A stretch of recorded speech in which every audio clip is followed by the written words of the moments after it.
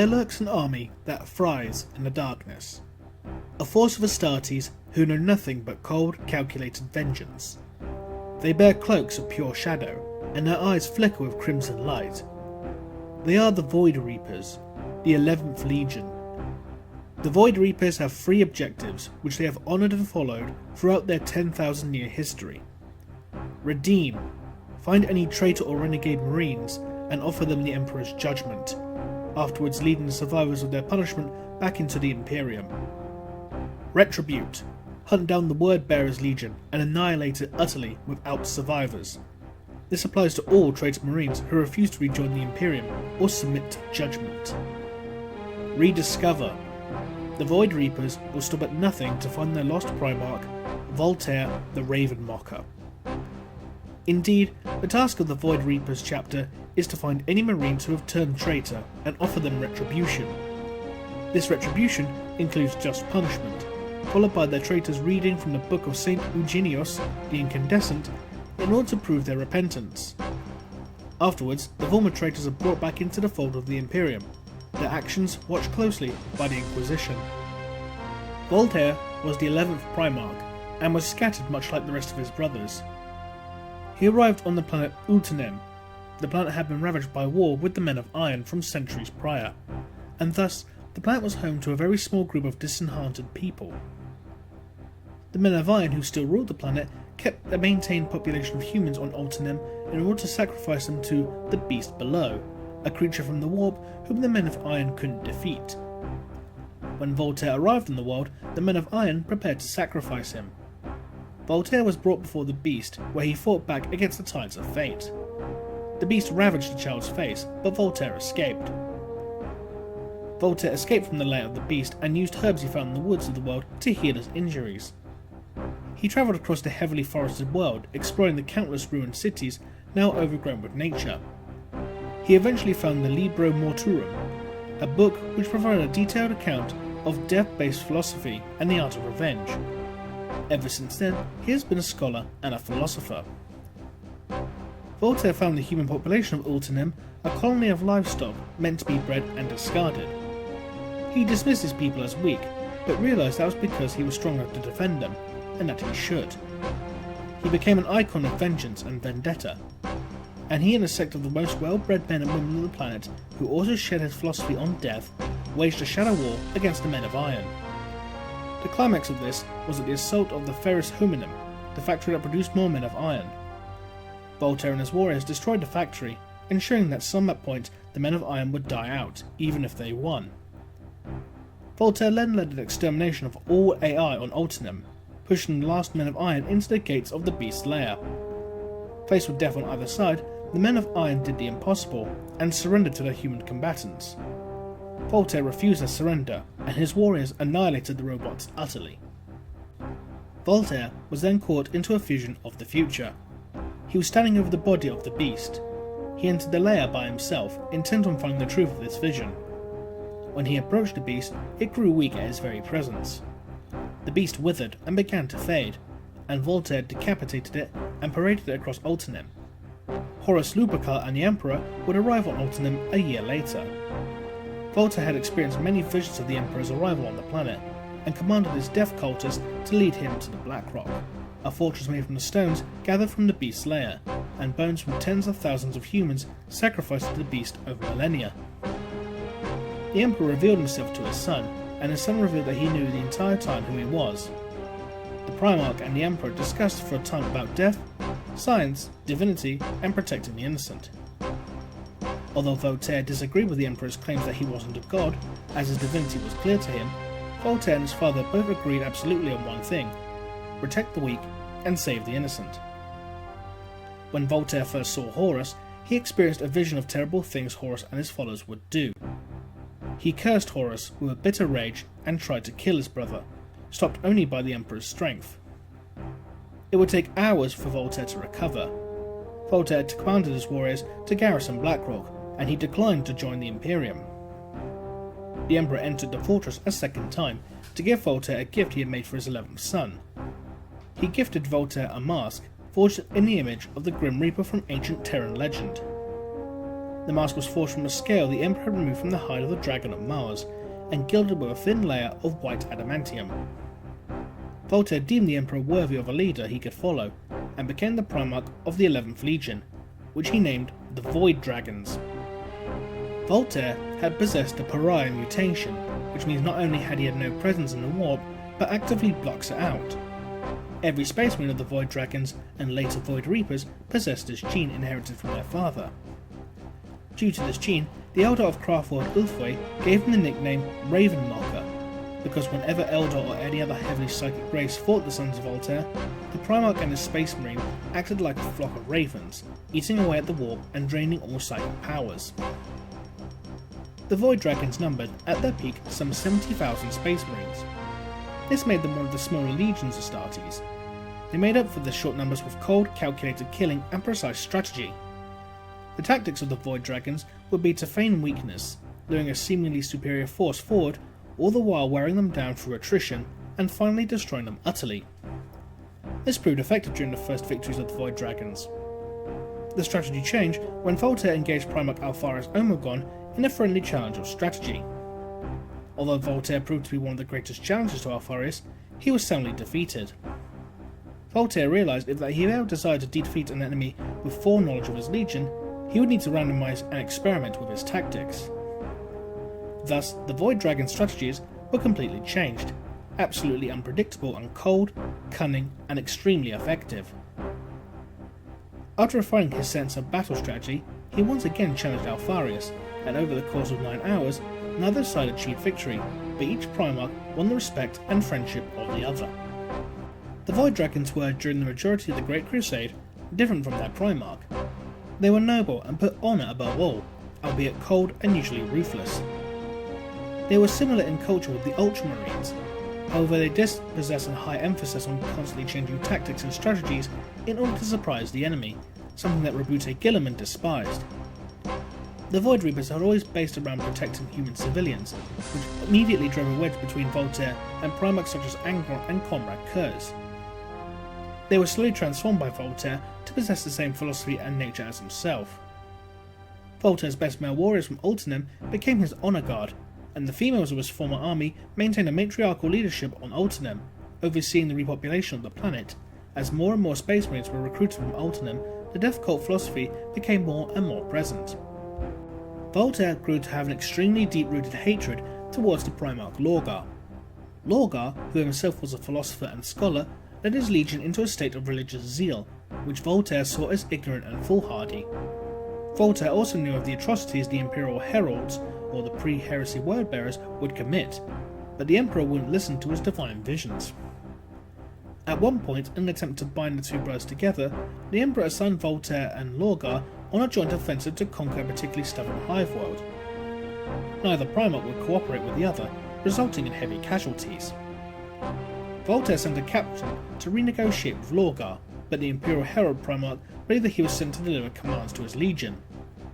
Lorgar killed the captain with his own chainsword and sent Voltaire his head. Enraged, Voltaire refused to advance his legion further into the capitalist hive, so the Imperial Heralds advanced without support. Attrition killed hundreds of Imperial Heralds before they conquered the centre of the hive.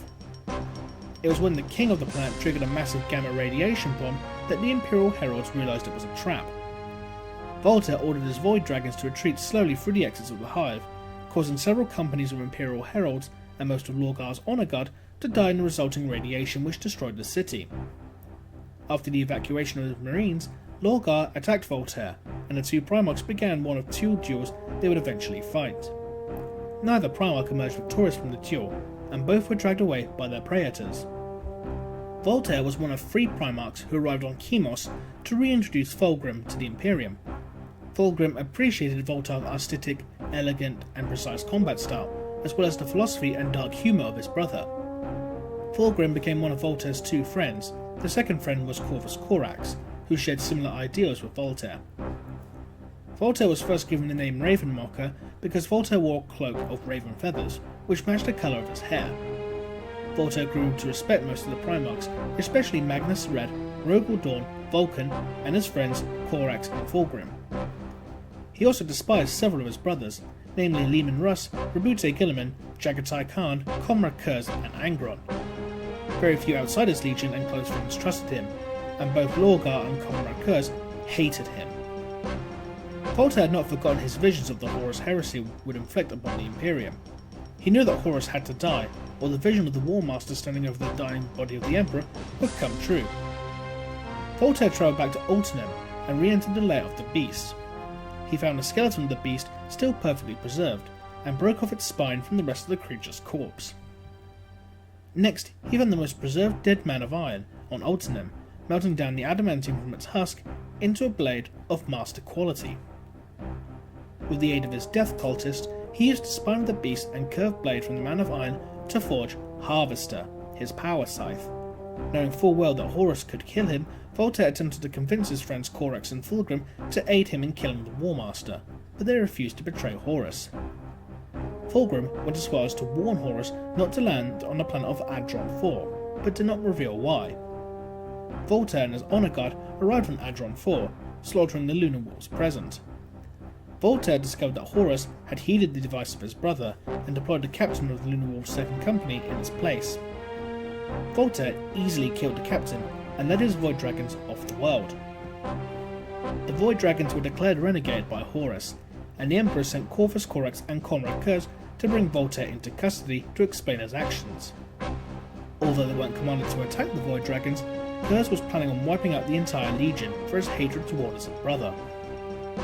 Voltaire was planning on convincing Corvus to join him and kill Kurz, but he experienced a vision of his legion being destroyed by Raven Guard and Night Lords.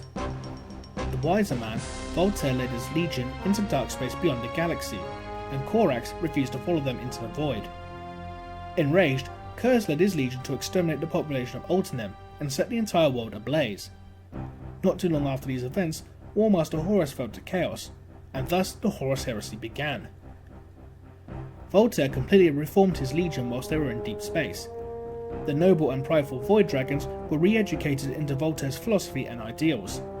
Their helmets were reforged into skulls, and Marines guard themselves in black tabards and cloaks, resembling the Grim Reaper from ancient Terran mythology. The Void Dragons were no more, emerging from deep space as the Void Reapers. The Void Reapers emerged from deep space shortly after the Drop Site Massacre. Voltaire was shocked to discover that Fulgrim had turned to chaos, and was secretly enraged by his failure to stop the heresy. He led the Void Reapers on several missions liberating various worlds under the control of the Son to Horus, weakening their supply lines. The Void Reapers were ever cautious, knowing that the heretics believed the Void Reapers to be loyalists, and the loyalists believed the Void Reapers were traitors. When Voltaire discovered that Fulgrim and Perturabo were travelling into the Eye of Terror, he wished to follow him and confront his friend. He realised, however, that he had a three-way choice to make: reinforce Terror, confront Fulgrim, or intercept the Death Guard. He chose to intercept the Death Guard Legion to prevent them from marching Terror in time. The Void Reapers and Death Guard met in open battle, and the Void Reapers proved that their cold, calculated and entirely unpredictable strategies were truly a match for the augmented Chaos Marines of Nurgle.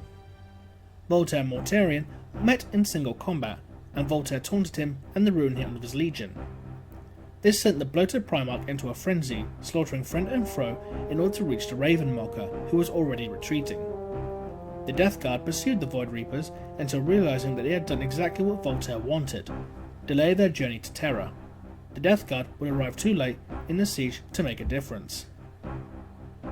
The Void Reapers next intercepted Lorgar and the Word Bearers. Lorgar longed for a chance to cross blades with Voltaire once more, and relished at the opportunity, knowing full well that it was the Ravenmocker's plan to delay them all along. The Void Reapers and Word Bearers did battle, and Voltaire and Lorgar duelled as well.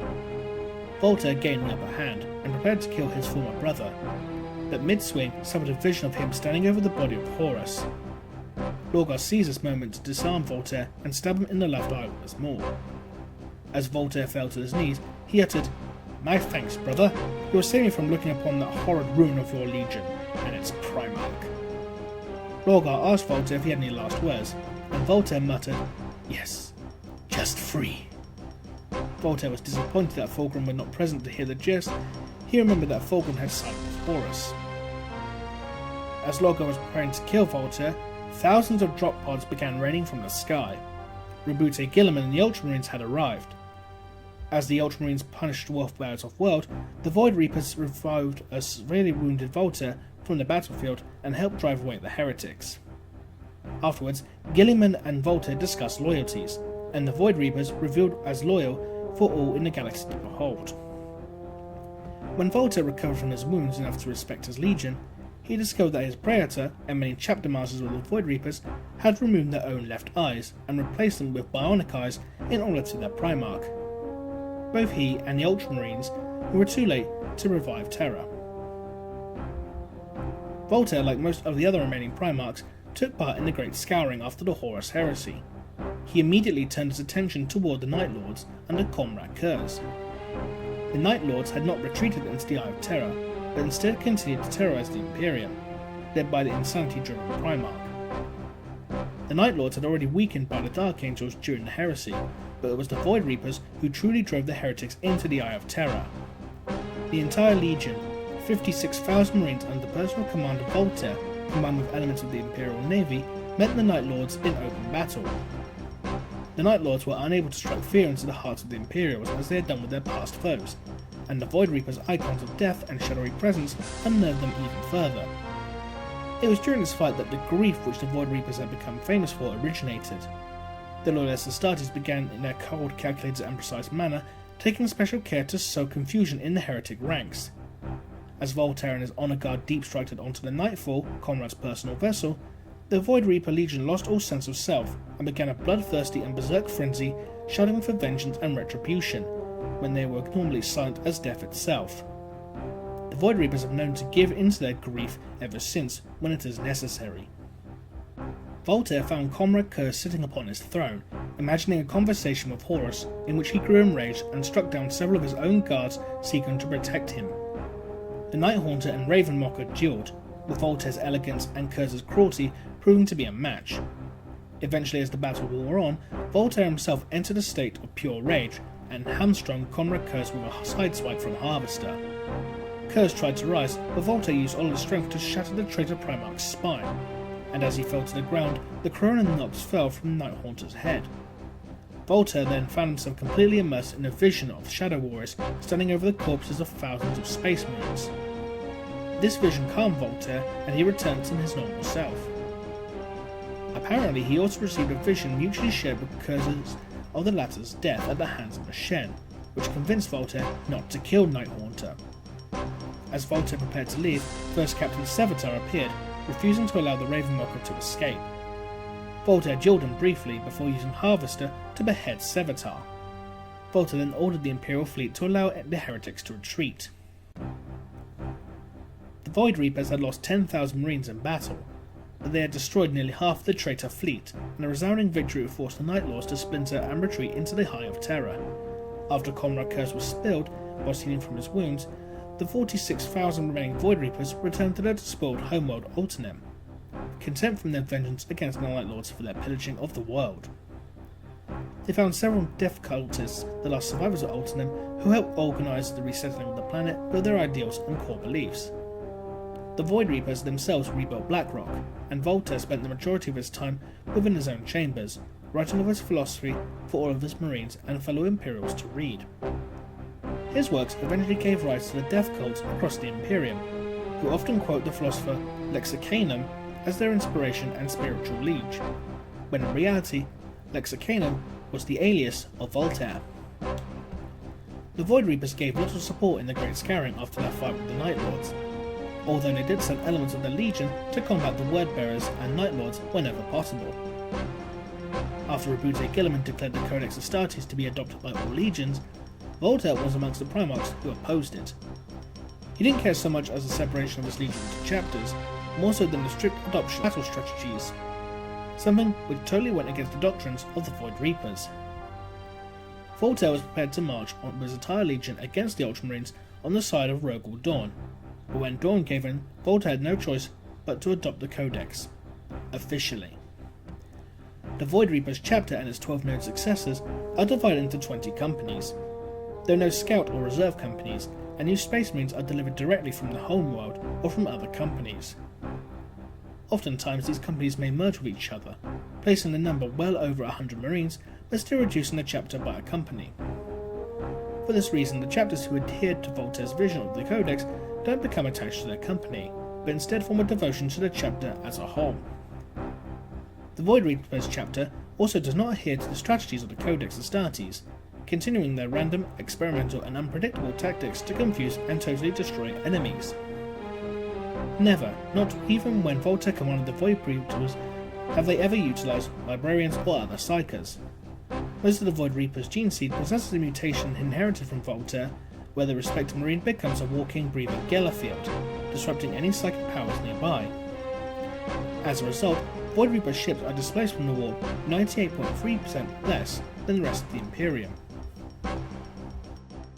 Voltaire divided 26,000 of his Astartes into chapters, leaving the remaining 20,000 Space Marines, along with elements from the Raven Guard and several regiments of Imperial Guard, on the Erebin Crusade into the Eye of Terror to destroy the shattered traitor legions.